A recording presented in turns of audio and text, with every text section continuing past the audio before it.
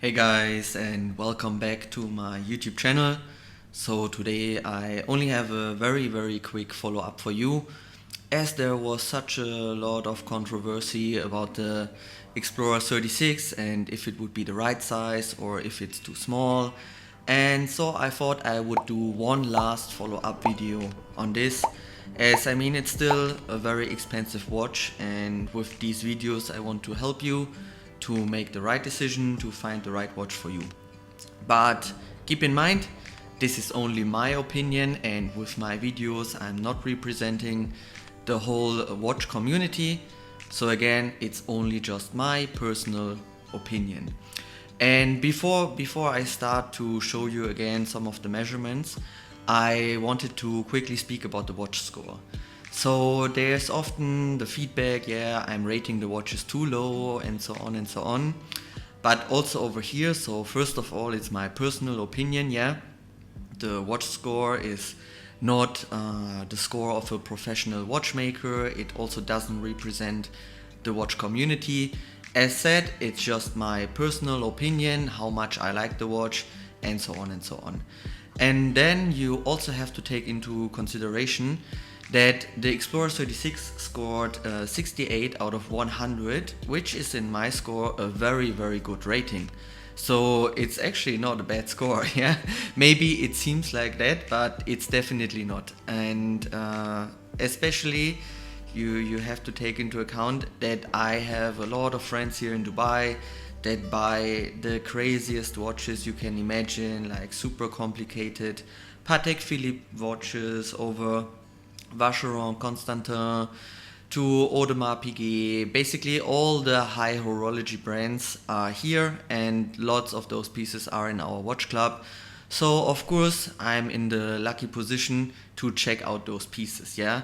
And so if you think about my watch score, you have to realize that if there is a, I don't know, let's say a high complicated Patek Philippe, super rare, blah blah blah, that this watch will maybe likely score somewhere in the 90s.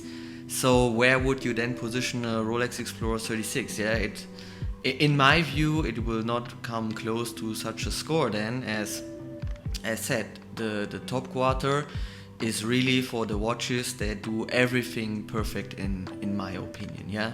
So again, the score of 68 for the Rolex Explorer 36 is a very good score, and don't get me wrong over here. Besides that, also as said, it's just my personal opinion. So then we come to the next topic. So there were a lot of comments of people telling me, yeah, no, the 36 is amazing, you are used to bigger watches and so on and so on. And yeah, for sure I'm used to bigger watches, but I mean that doesn't necessarily has to be a bad thing, you know. I mean, if I just like bigger watches more, yeah, it is what it is, yeah, I can't change it.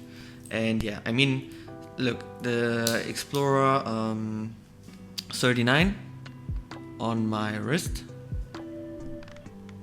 I think this watch actually fits me perfectly, and it's a 39. So yeah, it shouldn't get a lot bigger than this, but still with the Pepsi and the Submariner, with the popping bezels and so on, and the date especially also on the dial, I think I can wear those as well. But yeah, for a simple freehand watch with the profile like the Explorer, where you actually really see a lot of dial, no date, anything on the dial, I think this is the perfect size. And then you of course also know that I have the DateJust 36, which I really wear a lot. Yeah, it's one of my favorite pieces. I absolutely love this watch. I use it basically every week. I think I can't remember a week during which I haven't worn this watch. And yeah, again, I think the watch fits very well on my wrist. Just very rarely, I think it could be a smidgen bigger, but I think that's mostly due to the dial. When the dial looks very dark in yeah, let's say if we go out for a club or so, yeah, then sometimes I wish it would be a smidgen bigger and think the silver dial or so pops a lot more. But in 99% of the cases I'm very, very happy with the size. I love the bracelet, I love the fluted bezel around it, and it's so comfortable to wear this watch, yeah. So as said, I love it a lot, and that's why I was also very excited for the Rolex Explorer 36, as I love the Explorer, I love the size of my DateJust 36, so I thought it would be the perfect watch. And now let me get the Explorer 36, here we go. I'll put again on my wrist to show it to you again. And yeah, I don't know, I just feel like it's a bit too small for me. And yeah, as said, maybe I'm used to bigger watches, but again, if that's what I like, I mean, I should wear what I like. And also I want to outline, I can understand everyone who absolutely loves this watch. Yeah, it's a fantastic piece. As said in my last video, it comes closer to the vintage one, to the original dimensions. So probably, yeah, for collectors, this might be even the better piece than the 39. It's just my personal opinion that I prefer the 39 more. And then let me also show you the direct comparison to the DateJust 36. So again, I feel like the 36 looks a lot bigger. I mean, it's definitely because of the sunburst dial. Then we only have the stick indices, while on the Explorer we have the 369 numerals. I think that makes the dial a bit, yeah, maybe a bit more loaded, I could say. Yeah, and then the bezel, of course, yeah, gives a lot of pop on the outside of the dial, and goes all the way to the outside of the case. So again, this I think makes the appearance a bit bigger of the watch. Then of course from the bracelet we have a 19mm on the Explorer, and we have a 20mm on the DateJust. And usually I'm a fan of bigger starting bracelets that taper down nicely, and I think this Explorer bracelet is maybe a smidgen too thin at the start. And now one more thing I wanted to show you. So as I did all the measurements, so have a look. The DateJust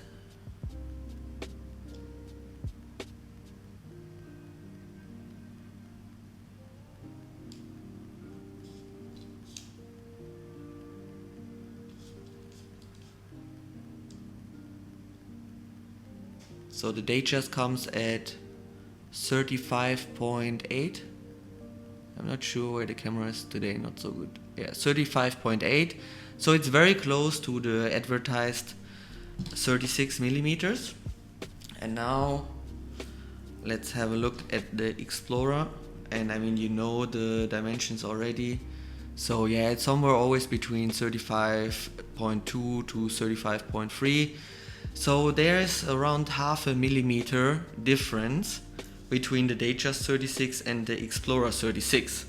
So it's not only an, let's say, optical illusion maybe, but it's just also, it's really that the case of the Explorer 36 is a bit smaller. So yeah, and that's my opinion. I like the Explorer 39 and the DateJust 36 more, but again, I can understand everyone who loves this piece and who wants a very sporty, simple watch on his wrist. So by no means I want to say this is only for girls. Don't get me wrong over here, but for me, yeah, I would rather give this watch to my mom, my sister, my girlfriend, whoever, and prefer my other two pieces. Could actually be a nice combination if you as the guy have the Explorer 39 and you buy this piece for your beloved one, then you have a very nice matching watch set, let's say it like this. And yeah, of course also if you really want to wear your Rolex for sports, like tennis maybe or so, I think this is an amazing piece. I think usually the smaller the better for sporty activities. Then you have the shock absorbers inside the watch, no date or anything.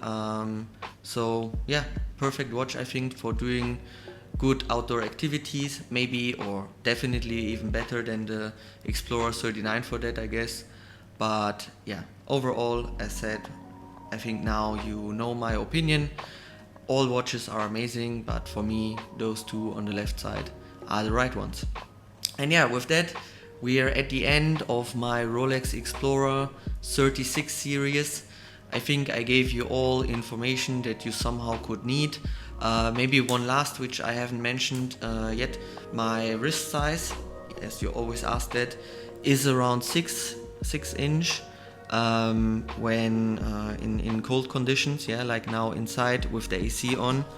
And I think there was even someone asking how wide it is. So yeah, here's the width of my wrist, 55. And in hot, humid conditions, my wrist often goes up to 6.5 inch. Yeah, so that's where I usually struggle with watches that do not have an easy extension, and why I nearly want to buy only watches either on a strap that you can quickly adjust it, or they must have an easy extension.